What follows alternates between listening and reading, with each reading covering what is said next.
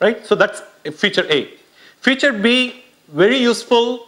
I don't need it to drive the car, but people would actually pay for it. Something like an air conditioner in Madras, obviously people would pay for it, right? So B. But I can still buy a car without an AC and drive. And C, it's like those special gadgets they put on, the stickers they put on the car. The customers will take it if it's free. They like it, it's cool, but they won't pay for it. It's not necessary, but they'll take it, right? So divide all your features into these three, and if you're a true entrepreneur, only do A. Okay? Only do A, forget about B and C. After A, launch the product, let people use it, and believe me, you will get more A bugs than you'll ever have time to get into B and C, right? So have the simple way to separate your ideas into essential versus non-essential, and do A, and if you're really good and you're done with A, then you get to B. Otherwise, just don't even bother going beyond A. You guys agree with that? So this is very simple, right? I mean, it's very simple to remember. So think of new products to launch, new ideas, that's what you ought to do. Okay, I'm going to pause here because I'm going to go on to a totally different stuff from here, which was not even there on my slides early on the poster. But before I get to this new, totally different thing, any questions, suggestions, discussions so far on coming up with ideas and launching products? So yeah, by the way, if you have a general question about entrepreneurship or innovation, just feel free to ask me.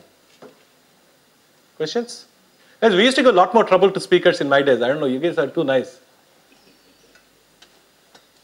This side? Okay, one, yeah, two. When we said launching a particular product, how do you get? Great. Anybody knows the answer? Because the answer was already there in my talk so far. So, sorry, I'll repeat the question. The question is, okay, you did all of this and you came up with a product, you launched it, how do you find your first set of customers? Try it out with somebody. No, his question is, who are the people that try it out with? You start with a problem you interacted with earlier to develop your idea, build up your idea. Okay, good. So that's the Excel sheet, right? You guys remember?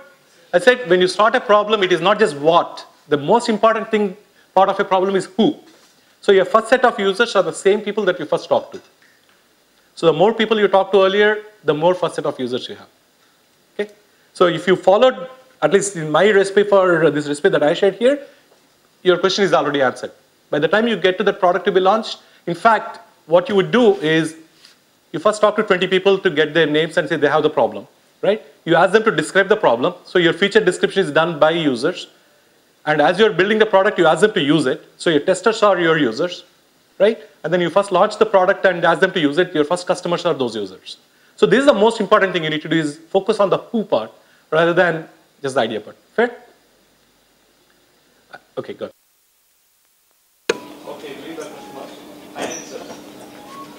How to build a financer who can finance your... So that's a great question. His question is, how do you now get the investors to invest in it? See, the investors have a very simple mission in life, right? They put in X money, they know there is a risk in every idea, but they want to turn it into 10X, right?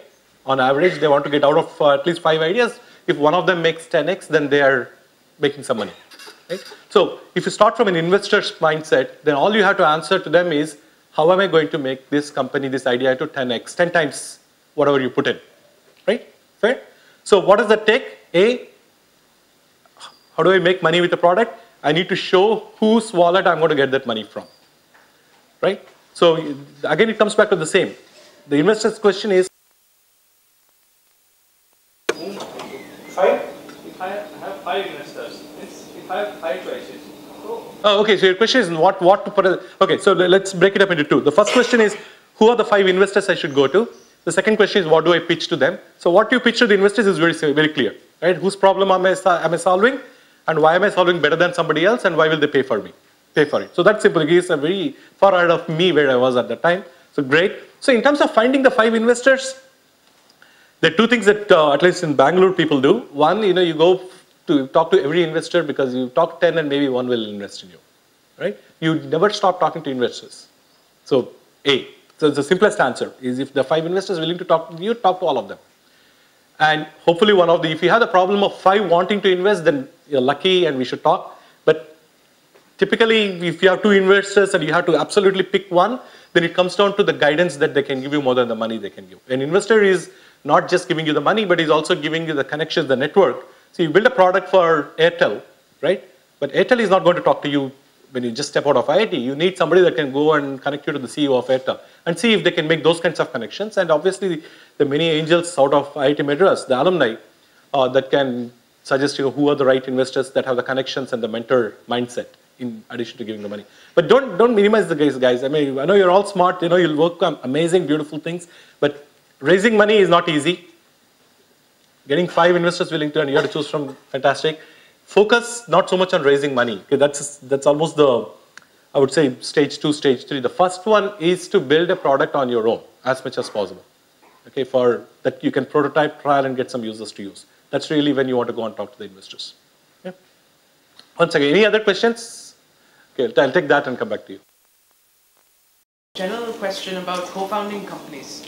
So, unless you're working with the guy for like PhD, like Page and Bryn, you generally don't know how you'll gel with someone.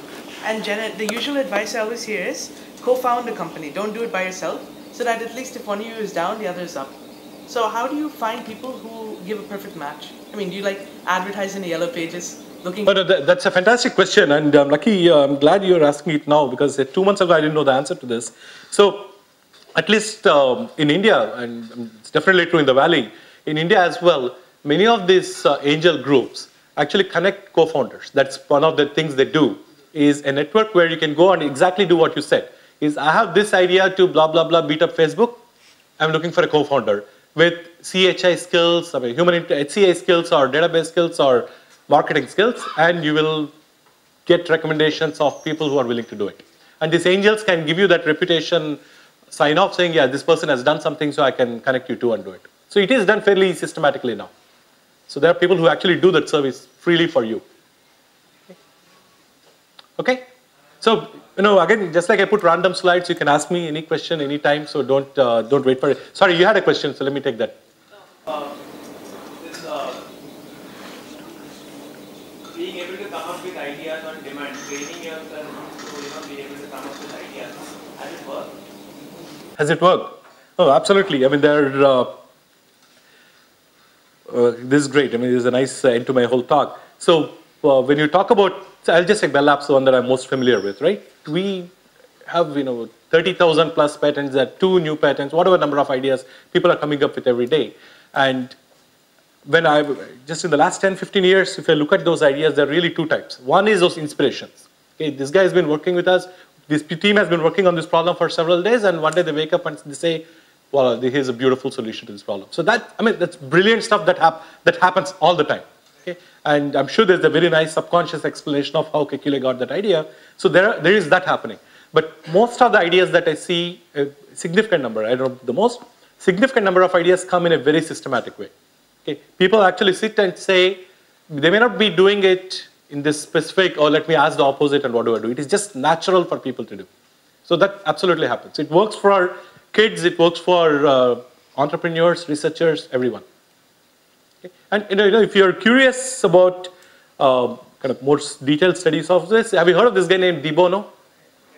Edward De Bono? So by the way, I mean, none of these ideas are mine, right? I'm copying them from De Bono and a few other people. So he has a whole book on how, different case studies of how ideas are worked based on this. No, I got it. The last 10 to 15 years or so, people are really, thinking about it. But at the end of this 10, 15 year period, when so many great idea makers have trained themselves to come up with ideas, has it worked? Okay, no, my answer is simple on this one. His question is there proof that these kind of techniques actually lead to new ideas? Actually, what I think is most of us have already been doing this. See, most of us, the way you come up with that idea to putting the orange juice there or taking the egg with the basket, the difference between some people who can do such thinking and some people who cannot, even after a lot of time, is that they have been employing techniques like this, just they don't know this, right? They don't probably explicitly state it, but there are techniques like this going on all the time in your minds, right? I mean, I definitely can, one thing I do kind of programmatically follow is ask the opposite. Okay? It's just fun. It takes 1 minute to ask that opposite question, and suddenly you're coming up with ideas. They may not be great, they may not even work in the end, but they will be different, right? So I read doesn't know what they want until you give it to them. Okay, so Steve Jobs can say that, right? I think that's, we can't argue with the God, so let's move on there. You can trust in him, but still talk to customers, right? And I think when we get to creating something like whatever is done, I think, he's probably understood customers so well that this comes naturally to him, and he's saying if you talk to a customer, the customer doesn't even realize he has a problem. Frankly, I think that's great, but many, if you take Facebook, you take Google, almost every one of these ideas would come from asking a customer in '96, is InfoSeek Alta Vista working for you? They would say no. Brin and Page use InfoSeek and say it's not working, let me do something better. So don't discount yet. When we get to jobs, all the rules break, right? Okay, so we're going to totally change the topic, guys. Okay, so far we've been talking about entrepreneurship, coming up with new ideas, all those lateral new techniques and so on. So I'm going to talk about something that kind of made up, included in this talk after talking to some of the other students and faculty during the day, is the big question on people's minds, okay? Other than the entrepreneurial part, is what is the right job? What should I do? After, I got into IIT, I went to Ramaya, wherever, worked my ass off, whatever, sorry, in CLT, okay? And now I'm in IIT, now what do I do next? Okay? So here's a simple multiple choice question, right? What job do I take? Job, career, roughly equated. One that pays me the most, right? Apparently, it's many of the companies are paying a lot to IITians these days. Two, my parents and advisors want me to take, especially my father, right? My dad absolutely wants me to be that Facebook engineer, let's say. Okay. Three, a job that uses my skills best. So I've been trained to be a computer scientist, so I should, and I'm good at C hacking, so I should take up a job where they want a lot of C hacking. Okay, that's a very good criterion, right? And the fourth is just lets me do what I love doing the most. What do you guys think? I mean, really, don't BS me and say it's all four. What do you think most students these days are doing? What criteria are they using? Let me just ask this way. How many people here think students from IITs are taking the job that pays them the most? I don't even need to ask other questions, looks like. Let me ask. Okay, that's like a majority by far. And what their parents and advisors tell them to take? 1, 2, 3, 4. I mean, it's not just about you. You generally think the IITians are roughly doing that, okay? 4 think parents and advisors. By the way, in '92 when I graduated, pretty much everyone went by what the seniors did. So seniors applied to Wisconsin, I would apply to Wisconsin. Okay, that was simple criteria for us. 3, uses their skills best. How many people are going based on their skills? Okay, that's, let's say 20%. So we had 70% for the first one, 20% for the second, maybe 5% for, 20 for the third. And how many people you think are taking up a job based on what they love doing? Okay, good. So it looks like there's a little correlation between what you love doing and what pays you a lot, so which is a very good position to be in. But this is one sincere suggestion from me, right? And we can say it I can say it very honestly with this crowd here, is that coming out of this institute, okay, with the branding, with the training, and the aptitude that you have created, you're coming into and out of the place, you're absolutely going to get a great job in life that pays you sufficient.